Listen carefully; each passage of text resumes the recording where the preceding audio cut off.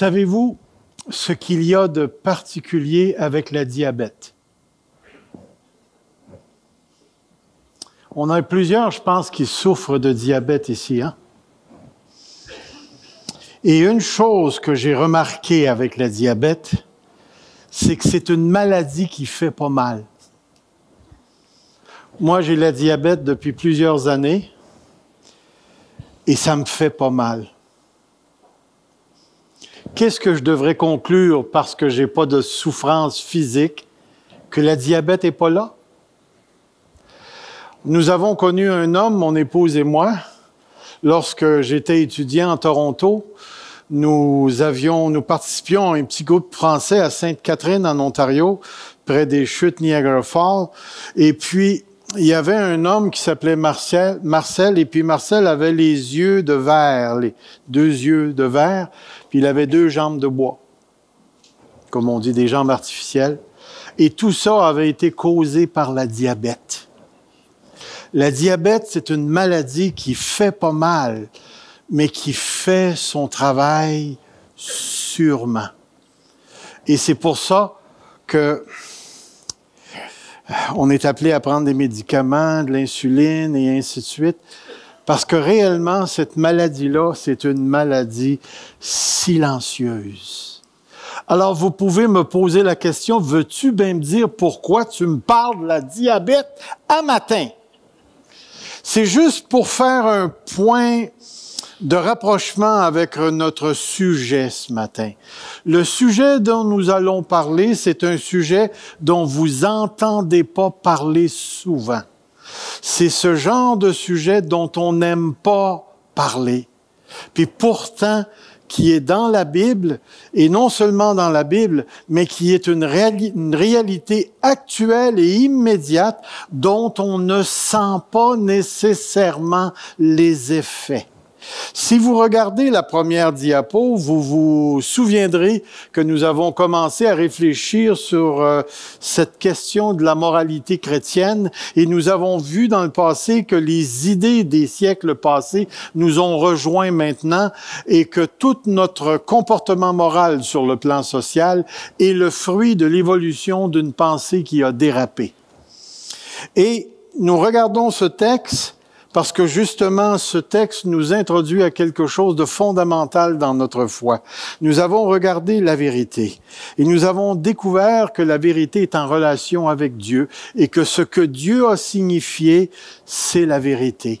Et que maintenant, la vie, le salut consiste à nous ramener vers la vérité, c'est-à-dire ce que Dieu a signifié. Et nous avons dans les évangiles, particulièrement l'évangile de Jean, un texte qui nous dit « Vous connaîtrez la vérité et la vérité vous affranchira ou vous rendra libre. » Mais libre de quoi?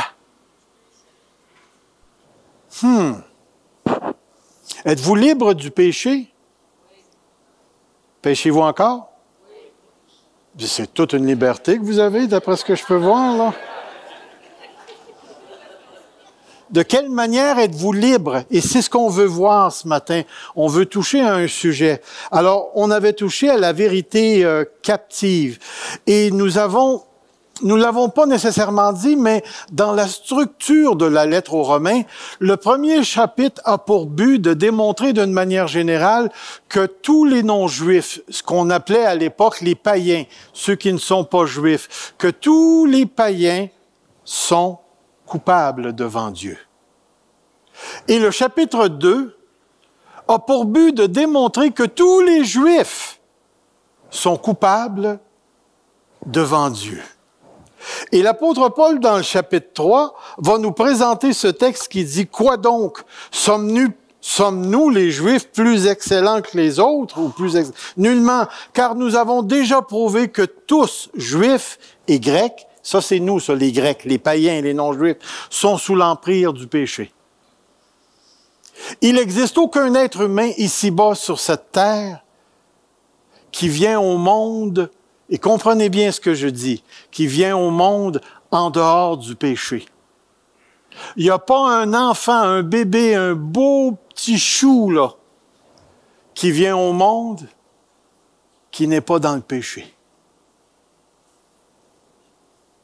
Qui n'est pas dans le péché. Autrement dit, il n'y a aucune personne qui naît chrétien. Aucune personne qui naît chrétien. Et c'est pourquoi dans le chapitre 3, l'apôtre Paul va dire, il n'y a pas de juste, pas même un seul. Et ce que l'apôtre Paul veut démontrer à travers cela, c'est que la totalité de tout ce qui découle d'Adam, tout ce qui est adamique, est dans le péché et dans la mort. Car le salaire du péché, c'est la mort. Est-ce qu'un bébé peut mourir? Est-ce qu'il y a des bébés qui meurent? Est-ce qu'ils meurent naturellement ou ils meurent à cause du péché? Le salaire du péché, c'est... Ça n'existe pas une mort qui n'est pas reliée au péché. Si une personne meurt, c'est parce qu'elle a un lien avec le péché. Saviez-vous que vous-même, en tant que chrétien, vous avez été libérés, mais vous avez encore un corps de mort? Alors, tant qu'on n'est pas sorti de cette création qui souffre les douleurs de l'enfantement, nous subissons encore, même si nous ne sommes plus esclaves du péché, nous subissons encore ses effets jusqu'à un certain point. Et c'est pourquoi la résurrection des corps, elle est fondamentale dans notre théologie chrétienne. Sans la résurrection, la parole de Dieu nous dit, nous sommes encore dans nos péchés. Et on est les plus misérables des hommes parce qu'on se vend un rêve. Si Jésus n'est pas ressuscité d'entre les morts. Alors, on comprend que quelque part, nous subissons encore les effets de la chute jusqu'à ce que Jésus revienne et qu'il établisse les nouveaux cieux, la nouvelle terre et la résurrection d'entre les morts. Et là, nous n'aurons plus aucun contact, sous aucun rapport avec le mal, le péché, la mort et tout ce qui nous empêche de glorifier Dieu. Même les traces psycho-émotionnelles causées dans notre cerveau, les déformations génétiques dans notre cerveau, les déformations spirituelles vont complètement disparaître. C'est quelque chose que j'ai extrêmement hâte d'expérimenter. J'ai hâte de savoir ce que c'est que de vivre sans plus aucune corruption dans mon être. Et que j'ai hâte de connaître ceci. Et c'est pourquoi ce matin, le sujet silencieux qui ressemble à la diabète, c'est celui-là. Car la colère de Dieu se révèle du ciel contre toute impiété et toute injustice des hommes qui retiennent injustement la vérité captive. Est-ce que votre Dieu est bon? Est-ce qu'il est amour? Est-ce qu'il est colère? Et qu'on ne veut pas entendre parler de ça. La colère de Dieu. Surtout, arrive-moi pas quand tu m'évangélises avec un Dieu de colère. Moi, je recherche un bon petit Dieu d'amour, petit Dieu gentil, petit Dieu qui fait ce que je lui dis. Après tout, hein, il est là pour moi. Et mes amis, le sujet de la colère de Dieu est un sujet important parce qu'il est directement rattaché au salut que nous avons reçu. Il est directement rattaché au salut que nous avons reçu. Et c'est pourquoi ce matin, l'approche que j'ai adoptée va peut-être ressembler un petit peu à ce qu'on pourrait appeler une étude systématique de la colère de Dieu. On va faire des commentaires sur des versets qu'on va lire, puis on va lire beaucoup de versets ce matin, juste pour démontrer à quel point la colère de Dieu est un sujet d'actualité pour nous, les enfants de Dieu, et pour ceux qui ne le sont pas ici. Ce qu'il faut savoir au sujet de la colère de Dieu. La première chose, ce qu'il faut savoir, c'est que Dieu n'est pas un homme. Êtes-vous d'accord avec ça? En tout cas, si vous ne l'êtes pas, il y a ça ici. C'est marqué littéralement, Dieu n'est pas un homme pour mentir, ni un fils d'homme pour se repentir. L'autre texte, celui qui est la force d'Israël ne ment point et ne se repent point, car il n'est pas un homme pour se repentir. Thessaloniciens 4:8. Celui donc qui rejette ses préceptes ne rejette pas un homme, mais Dieu.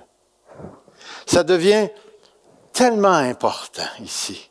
Puis savez-vous que ce Dieu qui n'est pas un homme est un Dieu infini? Ce qu'on veut dire par cela, c'est nous les humains, nous comprenons l'infinité ou l'infini par rapport à l'espace et le temps. Certains théologiens suggèrent que l'infinitude de Dieu est à l'opposé de la finitude, ce qui veut dire Dieu est autre, c'est-à-dire qu'il n'est pas humain, angélique ou matière. Dieu est autre. Dieu ne participe pas à la création de la même manière que nous. Nous, on est pognés dans le temps et l'espace. Hey, ce serait-tu le fun si on pourrait aller en arrière puis revenir dans le présent? L'Église serait riche. Pourquoi? Parce qu'on irait chercher les numéros de l'auto gagnant dans le passé puis on reviendrait dans le présent. Nous, on est pognés dans le temps, mais Dieu ne l'est pas. Dieu n'est pas pris ni dans l'espace, ni dans le temps. Par exemple, une série de questions ici. Moi, je mesure 6 pieds. Dieu mesure combien? Moi, je pèse ça. Dieu, il pèse combien, lui? Moi, je suis ici. Dieu est où? Moi, j'ai 2 ou 3 parties. Ça dépend. Si vous êtes un tripartite ou un dipartite, c'est-à-dire corps, âme et esprit, ou si vous êtes corps, âme, trait d'union, esprit, dépendamment de votre théologie. Moi, je suis une créature. Dieu est quoi? Dieu n'est pas comme nous. Même s'il y a des points de ressemblance entre nous et Dieu. Et c'est pourquoi j'arrive à cette idée ici. Nos idées de Dieu et notre langage pour décrire Dieu sont analogiques. Vous savez ce que le mot analogique veut dire? Ben oui, vous le savez, c'est écrit en dessous. Fondé sur les rapports de ressemblance entre les éléments. Il y a quelqu'un qui m'a dit un jour en me regardant intensément, au point que c'en était gênant. Et puis il m'a dit, tu ressembles vraiment à ton père. Puis mon père, il avait une moustache. Il était vraiment beau.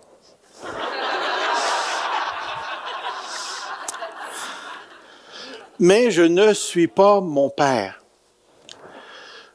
La plupart d'entre vous savez que je suis marié à Evelyne. Et savez-vous que je l'aime? Lorsque je parle de l'amour que j'ai pour mon épouse, je sais de quoi je parle. Mais lorsque je parle de l'amour de Dieu pour moi, est-ce que c'est pareil? Il y a quelque chose qui est tellement profond, tellement grand dans l'amour de Dieu, que tout ce que je sais à propos de l'amour, c'est cette dimension humaine que j'entretiens avec une personne que j'aime énormément. Et puis, j'essaie de comprendre l'amour de Dieu à partir de l'amour que j'ai pour Evelyne, pour les enfants, pour les petits-enfants, pour les frères et sœurs dans la foi. Mais tout ça, c'est analogique, c'est-à-dire qu'il y a chez moi un point de correspondance, mais qui n'est pas l'exactitude. Ça veut-tu dire que ce que je dis à propos de Dieu est faux? Non, ça peut être vrai. Mais dis-toi une chose, lorsque tu parles de Dieu, tu parles de quelque chose qui est, est-ce qu'on pourrait dire indéfinissable? Autant les cieux sont élevés au-dessus de la terre, autant mes pensées sont élevées au-dessus de vos pensées et mes voix au-dessus de vos voix. Dieu est un être extraordinaire. C'est pour cette raison qu'en abordant le sujet, la colère de Dieu, nous devons être très, très, très prudents de ne pas surimposer sur la personne de Dieu et sur ses actions nos conceptions humaines de la colère et notre manière d'agir dans la colère, même s'il y a des points de correspondance. La colère de Dieu et la colère de l'homme ont quelques points de ressemblance, mais nous ne pouvons dire que Dieu, dans sa colère, se comporte exactement comme moi dans ma colère. Quand moi, je suis frustré, je mange des chips. Est-ce que Dieu en mange? Soyons prudents. Soyons prudents. Mais les points de correspondance sont réels, mais en même temps, il y a des différences énormes entre la colère de Dieu et la colère des hommes. Et lorsque nous abordons le sujet de la colère de Dieu, rappelons-nous que Dieu n'est pas un homme. Dieu n'est pas un homme. Deuxièmement, il s'agit bien de la colère de Dieu. Il s'agit bien, regardez les quelques textes. La colère de Dieu s'enflamma parce qu'il était parti. Et l'ange de l'Éternel se plaça, blablabla. Job, les revenus de sa maison seront emportés, ils disparaîtront au jour de la colère de Dieu. De Dieu. Regardez ici, verset 36. Celui qui croit au Fils a la vie éternelle, mais celui qui ne croit pas au Fils ne verra point de la vie, mais la colère de Dieu demeure sur lui. Prenons Apocalypse 15:1. Puis je vis dans le ciel un autre signe grand et admirable, 7 anges qui tenaient 7 fléaux, les derniers, car par eux s'accompliront la colère de Dieu. Comprenons bien, la colère est un sujet biblique, c'est dans la Bible ici. Troisième chose, la colère de Dieu est la provocation à l'égard de sa volonté et de sa sainteté. Dans la parole de Dieu, la colère, elle est le résultat de la rébellion contre Dieu, sous différentes formes ici. Dans Éphésiens, chapitre 5:3, il nous dit que l'impudicité, qu'aucune espèce d'impureté et que la cupidité ne soit pas même nommée parmi vous, ainsi qu'il convient à des saints. Qu'on n'entende ni paroles déshonnêtes, ni propos insensés, ni plaisanteries. Chaque chose, c'est des choses qui sont contraires à la bienséance, qu'on entende plutôt des actions de grâce. Car sachez-le bien, aucun impudique, aucun impur, aucun cupide, c'est-à-dire idolâtre, n'a d'héritage dans le royaume de Christ, de Dieu. Que personne ne vous séduise par de vains discours, car c'est à cause de ces choses que la colère de Dieu vient sur les fils de la rébellion. Il y a un autre texte que je n'ai pas mentionné ici, où l'apôtre Paul, dans la lettre aux Éphésiens, au chapitre 2, il va dire justement cette chose-là. Nous étions morts par nos fautes et nos transgressions selon le prince de la puissance de l'air, blablabla, blablabla. Et ensuite, il va dire quelque chose. Il va dire, nous étions tous de leur nombre. Savais-tu qu'avant la nouvelle naissance, tu étais un fils ou une fille sous la colère de Dieu? Ça t'a-tu empêché de vivre? Pense bien à ça. Regarde un autre texte, juste pour démontrer comment la colère est le fruit de la provocation. Maintenant, je vais bientôt répandre ma fureur sur toi, assouvir sur toi ma colère. Je te jugerai selon tes voies et je te chargerai de toutes tes abominations. Et dans le contexte où se trouve ce texte, c'est l'idolâtrie au max, comme on dit. Le peuple d'Israël s'était détourné de Dieu à tel point que dans le livre d'Ézéchiel, on retrouve cette pensée où Israël n'était plus ramenable au bon sens. On ne pouvait plus ramener Israël au bon sens. Et Dieu dit, maintenant tu vas rencontrer ma colère. Tu m'as provoqué et provoqué et provoqué ici. Et c'est pourquoi, lorsqu'on parle de la colère de Dieu, il nous faut toujours entendre comment on va dire, ce sous-sujet ici. Quand vous parlez de la colère de Dieu, souvent on va parler de la colère de Dieu, puis on va juger Dieu par rapport à sa colère. Mais ton Dieu, c'est un Dieu de colère. Dans l'Ancien Testament, Dieu, c'était un Dieu de colère. Mais je vais te dire une affaire, il y a bien des textes que j'ai sortis du Nouveau Testament où la colère est encore là. Et là, on analyse le caractère de Dieu par rapport à la colère. Mais on oublie une chose, c'est que la colère est toujours la réaction de Dieu à quelque chose. Et c'est toujours une réaction à quelque chose qui est contraire à sa volonté ou à son caractère. Et une chose intéressante, saviez-vous que socialement parlant, on a besoin de la colère? Essayez de vous imaginer que vous marchez sur la rue principale et tout bonnement, comme ça, il y a un gars qui passe en voiture, vous êtes avec votre petit-fils et le gars passe, il rouvre la fenêtre, il prend un revolver puis il tire votre petit-fils. Allez-vous vous mettre comme ça puis commencer à regarder? Ouais, mais il est mort. Ou bien il va se passer quelque chose à l'intérieur de vous. Il y a comme une sorte de gros lion, là, qui sort et qui demande quoi? Maintenant, imaginez-vous que vous arrivez en cours, puis le juge, il dit, écoute, c'est normal, ces affaires-là. Ça arrive à tous les jours. Tu as juste à lire le Journal de Montréal. Next. Si une société ne sait plus se mettre en colère contre les crimes, on est perdu, socialement parlant. On est perdu. Et pensez-vous que Dieu, ce Dieu 3 fois saint, va rester insensible au viol? Que ce Dieu va rester insensible à la traite des blanches ou le kidnapping des femmes et des enfants? Pensez-vous que Dieu va rester insensible à tous les voleurs, à tous les stratas de la société? Que ce Dieu va rester insensible à tous ceux qui le maudissent? Ainsi de suite. Et là, nous, on veut que la société nous fasse justice et Dieu ne ferait pas justice. La colère de Dieu, elle est toujours provoquée.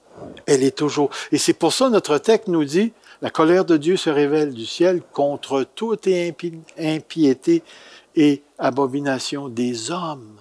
Et c'est tellement important pour nous de saisir cette réalité-là. Quatrièmement, la colère de Dieu, elle est actuelle. Ça, c'est une dimension de la colère de Dieu, frères et sœurs, dont on est le moins conscient la plupart du temps. Regardez le texte qu'on a déjà lu.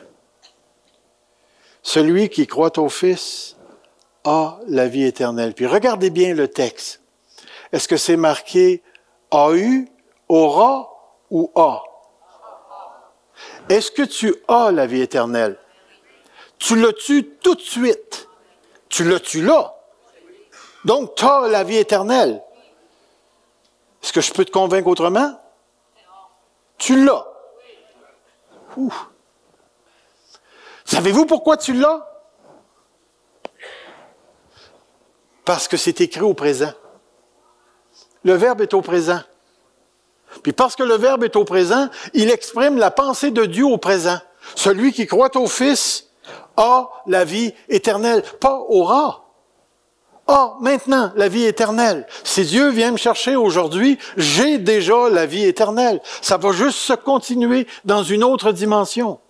Mais lorsque tu lis le texte, il dit, celui qui ne croit pas au Fils ne verra point la vie. Le Verbe est au futur. Mais là, tu dis, mais la colère de Dieu, présent, demeure sur lui. La colère de Dieu demeure sur lui maintenant. Recontextualisons. Tu entres au Tim Hortons. Il y a une belle jeune fille de 16 ans qui arrive au comptoir et qui vous dit, « Monsieur, est-ce que je peux prendre votre commande? » Et naturellement, tu commandes et comme elle est obligée de pitonner une fois, elle vient toute mélanger, là. C'est arrivé souvent. Mais elle te regarde en faisant un beau sourire. Et là, tu lui poses la question, « Crois-tu en Dieu? » Je sais pas. Qu'est-ce qu'elle vient de te dire? Elle vient de te dire automatiquement que la colère de Dieu est sur elle. Pense-y bien. Tu t'en vas à l'industrie demain matin, tu rentres au restaurant, tu prends l'autobus, le chauffeur est assis là. Et si ces personnes-là n'ont pas été, vous connaîtrez la vérité et la vérité vous affranchira, ces gens-là sont encore actuellement et immédiatement sous la colère de Dieu. Sous la colère de Dieu. Imaginez-vous, vous parlez avec des centaines de personnes à chaque semaine et ces gens-là ne savent même pas qu'ils sont sous la colère de Dieu. Et si vous leur dites, qu'est-ce qu'ils vont vous dire? Que vous dira-t-on? Bon, c'est la diabète, je le sens pas. Je le sens pas. Ça m'empêche pas de vivre, ça m'empêche pas de poursuivre mes rêves, ça m'empêche pas d'aspirer, ça m'empêche pas de forniquer, ça m'empêche pas de parler en mal des autres, ça m'empêche pas. Moi, je vis ma vie ben ordinaire, ben ordinaire. Vous savez, avant le retour du Seigneur, ou qu'est-ce qu'il parle là, dans Matthieu 24, là, il dit les gens vont se marier, ils vont faire ci, ils vont faire ça, puis à un moment donné, flac, ça va arriver. L'un sera pris, l'autre laissé. C'est intéressant parce que la colère de Dieu veut pas nécessairement dire que Dieu prend un bâton puis, comme on dit, il varge. Non. Mais la colère de Dieu est une réalité qui repose sur toute personne qui garde injustement la vérité captive. Qui garde la vérité captive. Regardez ici le texte. Nous tous aussi, nous étions de leur nombre et nous vivions autrefois selon les convoitises de notre chair, accomplissant les volontés de la chair et de nos pensées. Et nous étions par nature des enfants de colère comme les autres ici. Frères et sœurs, pensons-y bien. C'est pourquoi nous sommes appelés à témoigner, à évangéliser, à dire aux autres l'expérience de la nouvelle naissance que nous avons vécue, de dire comment nous avons été délivrés. Mais délivrés de quoi? Du péché? Oui, pourquoi du péché? Parce que le péché provoque la colère de Dieu. Et c'est de ça que nous avons été délivrés. La colère de Dieu est à venir et elle est associée aussi au jugement dernier. Regardez le texte. Il disait à ceux qui venaient en foule pour être baptisés par lui, race de vipères, qui vous a appris à fuir la colère à venir? 1 Thessaloniciens 1,10. Et pour attendre des cieux son Fils, qu'il a ressuscité des morts Jésus, qui nous délivre de la colère à venir. Dans d'autres textes, il disait aux montagnes et aux rochers, tombez sur nous et cachez-nous devant la face de celui qui est assis sur le trône et devant la colère de l'agneau. Je ne sais pas si vous avez déjà vu ça, un beau petit mouton se mettre en colère. Watchez bien celui qui s'en vient. Parce que lui, il est plus qu'un petit mouton ici. Il est aussi un lion. Le lion de Juda. Car le grand jour de sa colère est venu. Frères et sœurs, il est important pour nous de saisir cette réalité, qu'il va y avoir un jour déterminé par Dieu à la fin des temps, où Jésus-Christ va revenir avec les saints anges pour récupérer à la fois ceux qui lui appartiennent, ressusciter les morts, changer instantanément les corps de ceux qui resteront, et en même temps, d'épurer dans le sens de séparer les boucs et les brebis. Et certains iront, comme on dit, au feu éternel avec Satan, et les autres entreront dans la gloire de Dieu, dans tout ce qui a été préparé par Dieu pour notre héritage ici. Mais une chose qui est fantastique lorsqu'on parle de la colère de Dieu, et qui nous parle de cette patience de Dieu, et qui nous dit que Dieu est lent à la colère.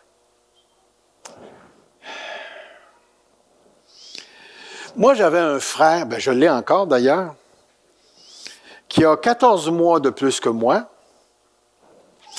Il est à peu près 1,5 pouces plus grand que moi, mais il est plus, comme on dirait, allongé que moi. Ce qui veut dire, dans mon adolescence, ou entre mon enfance et mon adolescence, que lui courait plus vite que moi. Alors, lorsqu'il venait, et j'utilise le terme qu'on utilisait à cette époque, lorsqu'il venait me baver, j'avais développé une technique. Parce que lui était rapide à la fois sur la course et sur le départ. Donc, il fallait que je sois capable de le pogner avant qu'il parte.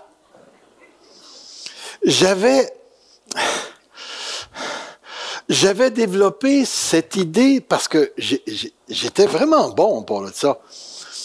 Quand mon frère venait pour me baver, on aurait dit que je commençais à saliver. Puis aussitôt qu'il me touchait, ça faisait... Puis, ce qui est intéressant, c'est qu'étant plus gros, il fallait qu'il mesure les coups qu'il me donne. Mais moi, je ne le manquais jamais. Et savez-vous ce que j'ai développé avec ça? Bien, vous viendrez me toucher après le culte. Ce que j'ai développé, moi, c'est l'impatience. L'impatience. Puis j'ai réalisé que l'impatience était rattachée aux blessures profondes que j'avais dans ma vie. Surtout ce profond sentiment d'infériorité. Et comme j'étais assez costaud, parce que déjà à 16 ans, je pesais 180 livres, puis j'étais assez fort physiquement avant d'avoir attrapé la fameuse maladie que j'ai attrapée à 19 ans, je pouvais me mesurer au prof à l'école, puis il n'y a pas un prof qui venait me baver parce que j'étais capable d'étasser. Puis en passant, je vous dis tout ça, là, c'est pas une fierté, hein. Ça faisait partie de ma rébellion. Puis, ce que j'ai réalisé, c'est que j'ai développé une grande impatience à travers tout ça. Ça l'a changé avec le temps. Mais je reste encore ce qu'on pourrait appeler prime. Sur mes bulletins d'école, c'était toujours marqué prompt, prompt, prompt, prompt. Et une chose dont je remercie Dieu, c'est que Dieu n'est pas comme moi. Dieu est lent à la colère. C'est-à-dire qu'il est capable d'en prendre avant que ça sorte. Et notre Dieu nous le dit ici. L'Éternel passe devant lui et s'écria, l'Éternel Dieu miséricordieux, compatissant, lent à la colère, riche en bonté et en fidélité. Un autre texte, l'Éternel est lent à la colère, riche en bonté, il pardonne l'iniquité et la rébellion. Ça, c'est notre Dieu. Il ne tient point le coupable pour innocent, il punit l'iniquité des pères sur les enfants jusqu'à la 3e, 4e génération. Il y a d'autres textes, par exemple, comme celui de Jonas. Il implora l'Éternel et dit, « Ah, Éternel, n'est-ce pas ce que je disais quand j'étais encore dans mon pays? C'est ce que je voulais prévenir en fuyant Tarsis, car je savais que tu es un Dieu compatissant, miséricordieux, lent à la colère et riche en bonté, et qui te repent du mal. » Le mal ici, ce n'est pas le mal moral, mais c'est la douleur qui vient lorsque Dieu se met en colère. Dans le Nouveau Testament, nous avons le mot longanimité. Je ne sais pas si vous vous rappelez, dans la lettre aux Romains, il est écrit « Où méprises-tu les richesses de sa bonté, de sa patience et de sa longanimité, en ne reconnaissant pas que la bonté de Dieu te pousse à la repentance. » Et la longanimité réfère au fait que Dieu se restreint dans sa colère. Il est patient. Il est patient, notre Dieu. Très patient. Et c'est pourquoi ici nous disons, la colère de Dieu est différente de celle des hommes. La colère de Dieu est difficile à appréhender, car la façon dont nous éprouvons et exprimons ce sentiment n'a absolument rien en commun avec la façon dont Dieu le fait. La colère humaine est souvent perçue comme une émotion négative, elle est souvent imprévisible, insensée, disproportionnée. Mais chacune de ces caractéristiques n'est vrai lorsque l'on parle de Dieu. La colère de Dieu est toujours une réponse juste et mesurée au mal. Ça, c'est tellement important. Une colère qui exprime sa sainteté, le fait qu'il ne supporte pas le péché, les ténèbres. La colère divine est sa sainteté et elle est nécessaire. Dieu, parfait, pur, saint, ne peut pas rester indifférent au mal. Une autre chose que nous découvrons dans les Écritures, et je vais vous emmener là où on veut aller, La colère de Dieu se manifeste aussi par des événements. Par des événements.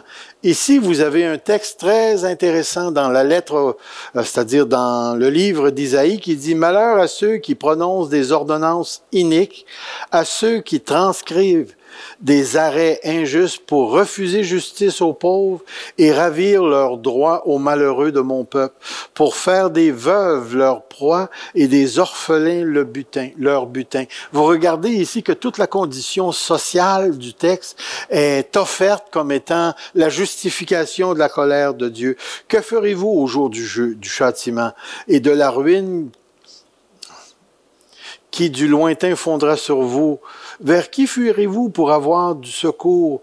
Et où laisserez-vous votre gloire? Les uns seront courbés parmi les captifs, les autres tomberont parmi les morts. Malgré tout cela, sa colère ne s'apaisera point et sa main est encore étendue.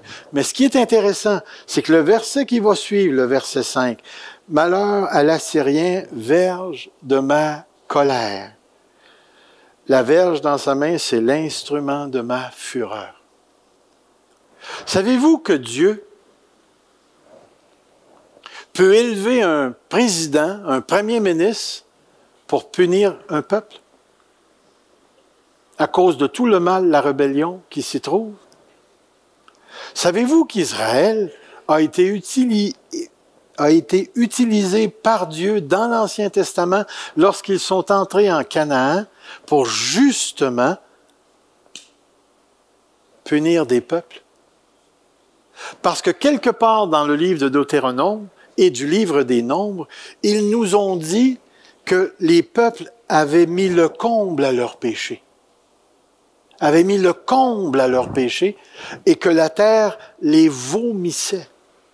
Et lorsqu'Israël est rentré, bien, il est entré avec cet arrière-plan où Dieu faisait justice à travers son peuple. Quand son peuple a commencé à se tourner vers les idoles, Dieu a commencé à se servir des peuples autour d'eux. Même dans le livre d'Isaïe, nous retrouvons des textes où Dieu va aller jusqu'à dire « Je vais mettre un enfant à la tête du gouvernement ». Certains pensent que c'est ce qu'on a aujourd'hui au Canada, mais il reste que Dieu se sert. Pensez-vous que M. Trump, là, c'est un accident? Ou c'est voulu par Dieu?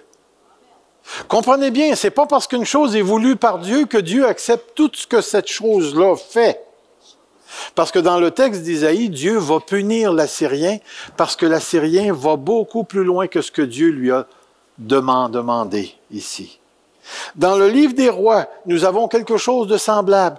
Vous savez que Israël n'a jamais été capable d'être fidèle à Dieu dans tous les points et que progressivement il s'est installé dans Israël malgré la présence des bons rois dans la tribu de Juda. Bon roi, mauvais roi, bon roi, mauvais, bon roi. Puis là, ça continuait d'augmenter, que Dieu s'est servi des Babyloniens pour exprimer sa colère envers Juda.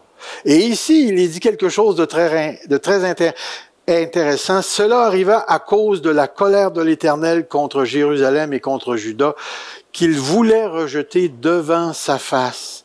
Et Sédécias se révolta contre le roi de Babylone. Avez-vous déjà vu une souris faire la guerre à l'éléphant? Mais c'est exactement ce qu'on a ici. Le royaume de Dieu, le royaume d'Israël, le royaume de Juda avait été complètement amoindri. Et là, parce que Dieu voulait complètement effacer Juda et le sortir du pays pour laisser le pays guérir, il est allé chercher les Babyloniens. Mais politiquement, ça s'est fait lorsque Sédécias s'est révolté contre le roi de Babylone. Alors, lorsqu'on regarde toutes ces notions-là au niveau de la colère de Dieu, on commence à comprendre pourquoi notre Dieu ne peut pas rester insensible au mal. Dans notre texte, il est bel et bien écrit « La colère de Dieu se révèle du ciel contre toute impiété. » Se révèle du ciel contre toute impiété. Et voici la justification de l'apôtre Paul. Nous avons le texte. La colère de Dieu se révèle du ciel contre toute impiété, toute injustice des hommes qui retiennent injustement la vérité captive. Et là, vous avez un quart, qui est très important parce qu'il nous donne la raison. Pourquoi la colère de Dieu se révèle-t-elle? Car ce qu'on peut connaître de Dieu est manifeste pour eux. Ce qu'on peut connaître de Dieu est manifeste pour eux.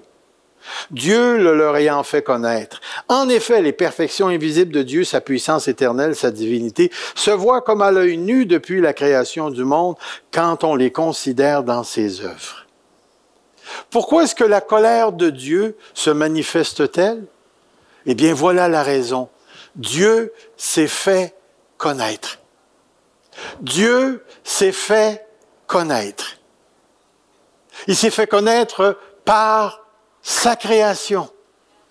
Dieu se révèle à travers sa création. Comprenez bien, la connaissance de Dieu à travers la création ne mène pas au salut, mais elle révèle la présence d'un créateur qui n'est pas humain. Maintenant, pensez bien aujourd'hui, pour tous nos scientifiques, nos botanistes et ainsi de suite, qui étudient la création et qui affirment la non-existence de Dieu. Pensez bien à travers ce texte. Dieu dit, je me suis montré. Et regardez juste le début du verset suivant. Ils sont donc inexcusables. Ils sont donc inexcusables. Comprenez ce que l'apôtre Paul est en train de dire. Il est en train de dire, Dieu s'est révélé. Dieu s'est fait connaître. Dieu s'est fait connaître. Maintenant, l'homme est inexcusable. Je ne sais pas si vous avez déjà vécu cette expérience-là de dire à un de tes enfants, « Touche pas à ça ». Et l'enfant te regarde dans les yeux, puis il te dit, ou il te regarde, puis après ça, il étend la main, puis pouf, pèse sur le piton. Qu'est-ce que tu fais dans ces cas-là, toi? Ben moi, je me lève puis je vais éteindre le piton. Ah!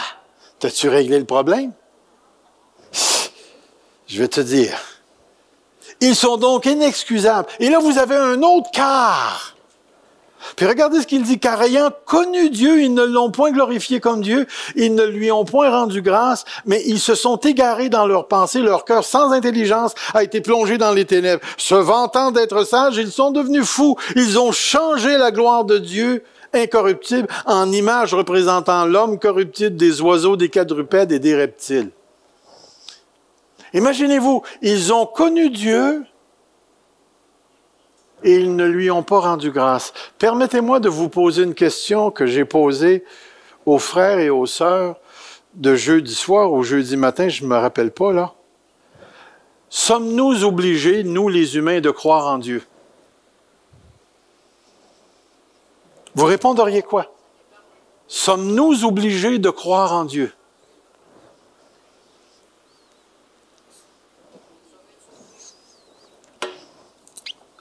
Je vais prendre une gorgée parce que c'est une bonne question. Est-ce que nous sommes obligés de croire en Dieu?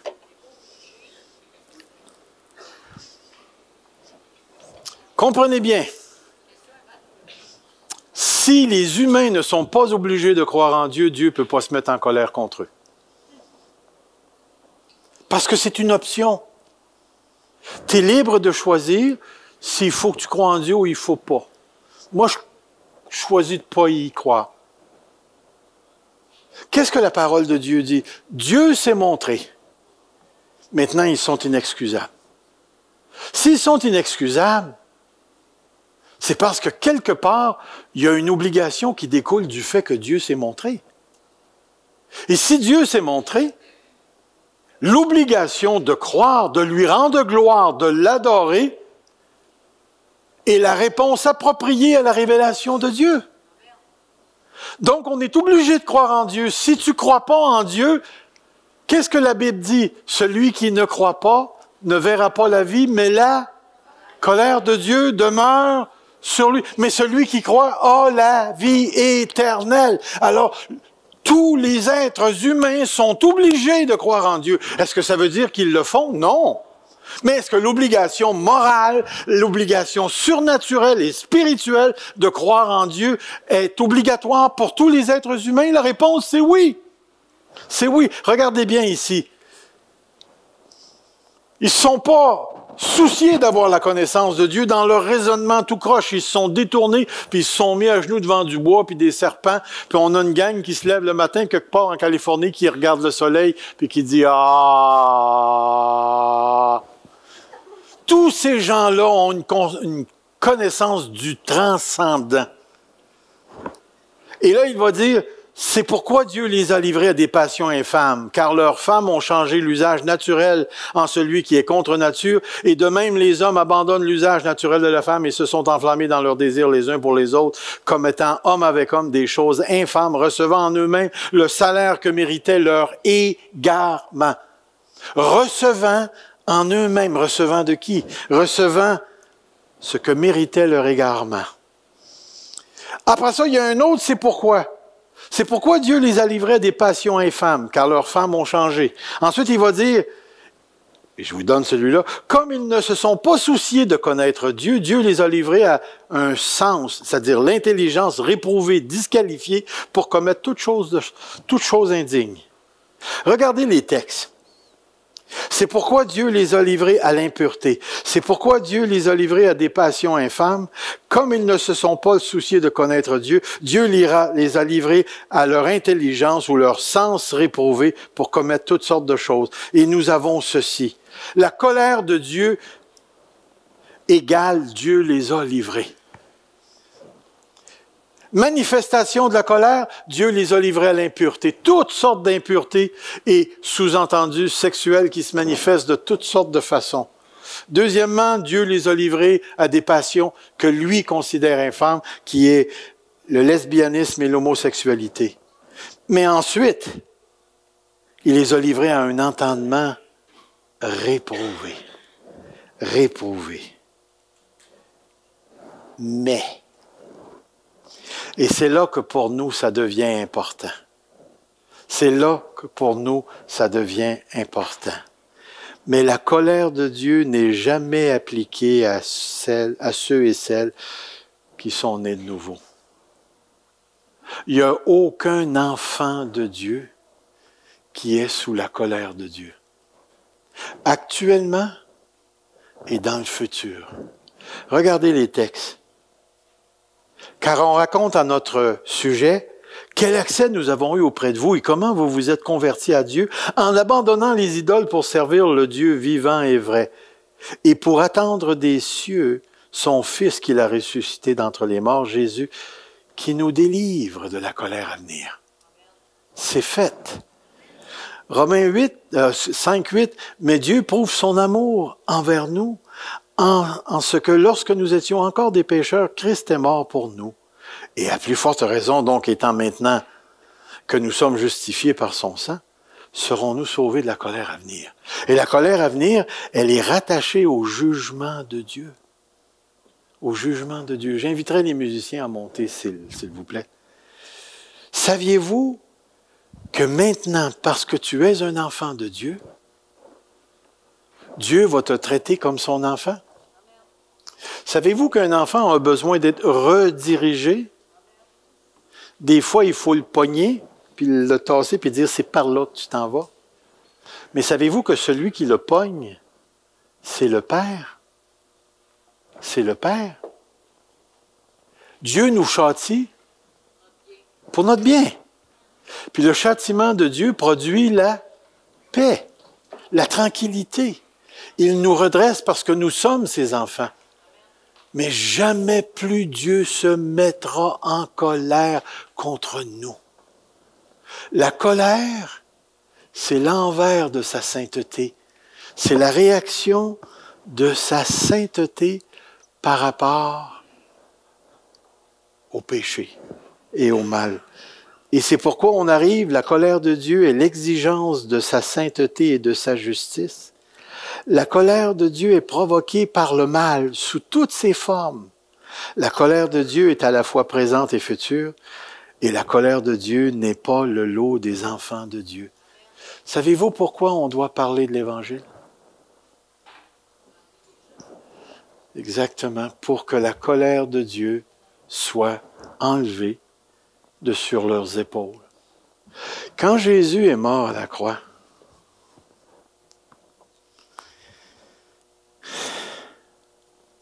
la plupart d'entre nous, nous allons dire, pourquoi Jésus est-il allé à la croix? Mais pour qu'il prenne sur lui notre châtiment, pour que nous recevions le pardon des péchés. Comment est-ce qu'on appelle ça dans le langage qu'on vient de voir ce matin? Jésus a subi la colère de Dieu à ta place, à ma place. La croix, c'est la manifestation de l'amour de Dieu parce qu'il a donné son Fils pour toi. Car lorsque nous étions encore pécheurs, Christ est mort pour nous. Dieu prouve son amour. Mais c'est aussi la place de la manifestation de la colère de Dieu. C'est toi et moi qui aurions dû mourir sur cette croix. C'est toi et moi qui aurions dû subir notre condamnation. On peut commencer si vous voulez.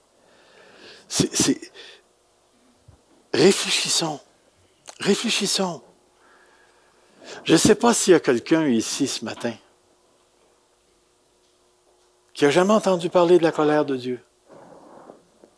Savais-tu que Jésus-Christ a été spécifiquement envoyé par Dieu pour toi? Et que ce Jésus a marché durant sa vie terrestre et qu'il a manifesté Dieu à travers les miracles, à travers ses enseignements, à travers sa vie. Jésus était sans péché. Sans péché. Et quand tu lis les évangiles, c'est tout à fait injuste ce qui lui arrive parce que c'est un innocent qui est présenté devant une gang de politiciens qui veulent manipuler les circonstances pour leur propre fin. Et ils vont condamner le Christ. Mais ce qu'ils ne savent pas, c'est qu'en condamnant Jésus, ils accomplissent la volonté, et comprenez bien, la volonté amoureuse de Dieu. Parce que Dieu savait qu'en 2020, tu serais ici. Et Dieu savait que tu avais besoin d'être sauvé. Et Jésus, il y a 2000 ans et quelques, il a subi sur lui-même la colère. Pourquoi pensez-vous qu'il a crié « Père, Père, pourquoi m'as-tu abandonné » À ce moment-là, il subissait les foudres du Dieu 3 fois 5 pour tout l'univers, pour toi et moi, pour tous ceux qui sont venus avant nous et pour tous ceux qui accepteront le salut. Ce qui est important maintenant ce matin, c'est de répondre à la question. Est-ce que tu es sous la colère de Dieu présentement ou est-ce que tu es dans la vie éternelle? Si tu es dans la vie éternelle, bénis Dieu parce qu'il a pris ton châtiment. Mais si tu n'es pas dans la vie éternelle, sache qu'aujourd'hui même, repose sur toi comme la diabète, quelque chose que tu ne ressens pas, mais qui est réel puis qui fait son travail. Et Dieu est prêt à te l'enlever. Dieu est prêt à te l'enlever. Jésus-Christ est venu pour sauver. Et il t'offre le salut. Nous, parmi les évangéliques, on utilise le mot « gratuit ». Mais laisse-moi te dire, le salut est gratuit pour toi, mais il a été payé. Il a été payé par un saint des saints, par le Saint de Dieu, Jésus-Christ, notre Seigneur. Maintenant, si tu veux, appuie-toi pas. Si tu es un enfant de chrétien, puis que tu es venu à l'école du dimanche toute ta vie, et puis là, tu connais l'Évangile, tu connais ce qu'on pourrait appeler le sentiment religieux, la conscience religieuse. Tu peux faire la distinction entre le bien et le mal. Mais peux-tu répondre à la question, as-tu maintenant, tout de suite, là, la vie éternelle? Sais-tu où tu t'en vas après ta mort? Peux-tu le dire? Moi, je le sais où je m'en vais après ma mort. Je m'en vais avec Dieu. J'ai la certitude, la conviction. C'est-tu parce que je suis bien? Non, c'est parce que quelqu'un d'autre a pris ma punition, a pris mon châtiment. Jésus-Christ. Et j'y ai cru. Celui qui croit au Fils, a la vie éternelle. Et c'est par la foi que ça arrive. Et cette foi-là, c'est pas juste de dire « Oh oui, je crois ». Cette foi-là vient lorsque tu prends conscience du châtiment qui est encore sur tes épaules. Mais Dieu a fait une promesse. Il te promet personnellement que si tu te repens de tes péchés et tu te tournes vers le Dieu vivant, tu deviens automatiquement sauvé de la colère à venir. Et c'est pourquoi nous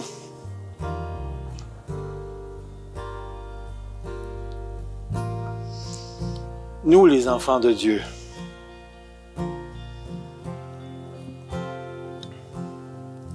nous devons prêcher l'Évangile.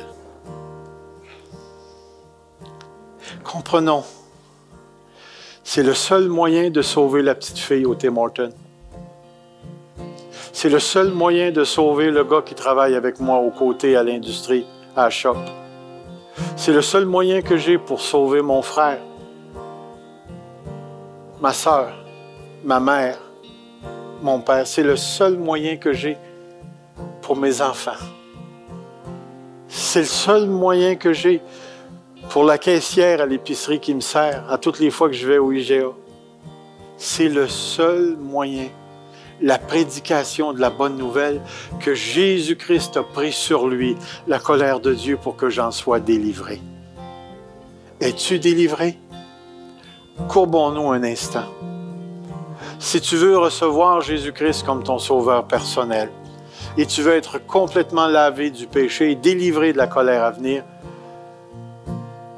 tu as juste à dire cette prière-là dans mon cœur, dans ton cœur. Répète après moi, Seigneur Jésus, je suis pécheur, pécheresse. Je suis conscient que si je mourais aujourd'hui, je m'en irais en enfer. Séparé de toi pour l'éternité, fruit de ta colère. Mais j'abandonne ma vie de péché et je me tourne vers toi. Et je te demande au nom de ton Fils Jésus-Christ de me donner la vie éternelle et de me laver de tous mes péchés en Jésus-Christ. Je le reçois comme mon Sauveur et comme le Seigneur de ma vie. Père, transforme-moi maintenant. Donne-moi ce nouveau cœur afin que je sois complètement délivré de la colère actuelle et de la colère à venir. Je te demande cela, Seigneur, parce que c'est toi qui l'as promis en Jésus-Christ, notre Seigneur. Amen. Gardons nos têtes. Si quelqu'un a fait cette prière, je vous demande juste de l'indiquer. Levez votre main. Que Dieu fasse son travail dans le nom précieux de Jésus. Que Dieu te donne la vie éternelle. Amen. Amen.